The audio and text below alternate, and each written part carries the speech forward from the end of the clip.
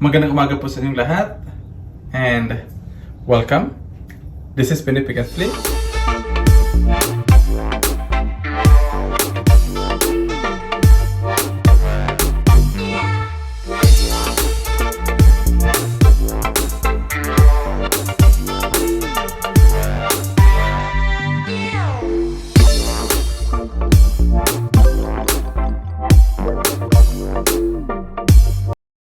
So ngayong araw, may isa na naman tayong custom paint.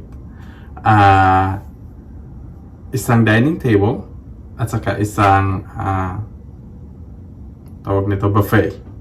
Ang mga furniture na to is bigay sa kanya ng mother-in-law niya at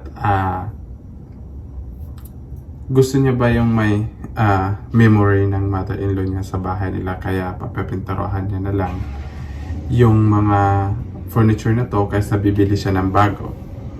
So, medyo outdated na siya. So, gusto niyang refinish na magbumukhang bago at saka babagay din po sa mga home decor na meron siya sa bahay niya.